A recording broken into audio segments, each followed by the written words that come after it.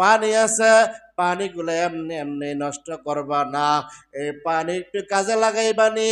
বলে আমার তো পানির কোনো প্রয়োজন নাই। বলে আল্লাহর বান্দা পানির প্রয়োজন আছে, এই পানি দিয়া তুমি একটু ওযু করে নাও। জোরে বলেন সুবহানাল্লাহ। চোর ডাক দিয়া কয়, আমি তো চুরি বিদ্যা জানি, ওযু কেমনে করে এটা তো আমার জানা নাই। অনেক লম্বা চূড়া আলোচনা।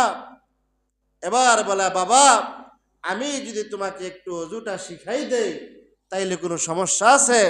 চোর কয়, না, আপনি যদি আমার অজু শিখাই দেন আমার শিখতে কোনো সমস্যা নাই।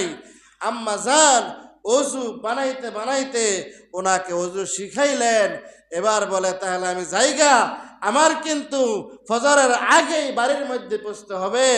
আম্মা জান ডাক দিয়ে বলে, বাবা যেহেতু তুমি অজু কইরেই ফেলছ, এই যে আমি মা, আমি এক আল্লাহর বান্দি, জায়নামাজটা বিছাই দিলাম, আমি জায়নামাজটা বিছাই দিলাম, তুমি আল্লাহ তাআলার কুদরতি কদমে দুইটা সেজদা দাও বাজান। এই কথা বলতে দিই চোরের অন্তরটা নরম হয়ে গেছে। হেদায়েতের মালিক কে? ইন্নাকা লা তাহদি মান আহবাবতা ওয়ালাকিন্নাল্লাহ ইয়াহদি মান ইয়াশা। আল্লাহ তাআলা পয়গম্বরকে ডাক দিয়া বলেন, ওগো পয়গম্বর, আপনি জোর কইরা কাউকে নামাজি বানাইতে পারবেন না, জোর কইরা কাউকে আপনি হকের পন্থা আনতে পারবেন না, জোর কইরা কাউকে আপনি হেদায়েত দিতে পারবেন না।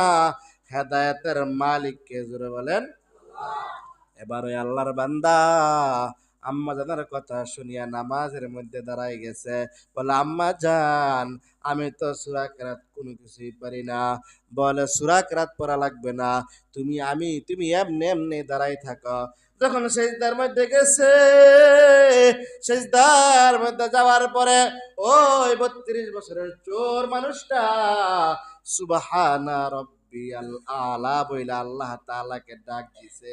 এদিক দিয়ে আম্মা জান রাবিয়া বসরি রাহমাতুল্লাহি আলাইহি দুইটা হাত আল্লাহ তাআলার দরবারে বাড়াই দিছে, আর ডাক দিয়া বলে, হে দয়ার মালিক আল্লাহ,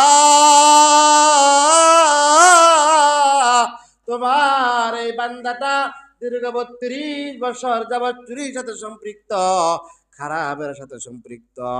ও আল্লাহ, আমার চাহিদা অনুযায়ী, আমার চেষ্টা অনুযায়ী তাকে আমি ওযু করাইলাম, তাকে আমি নামাজ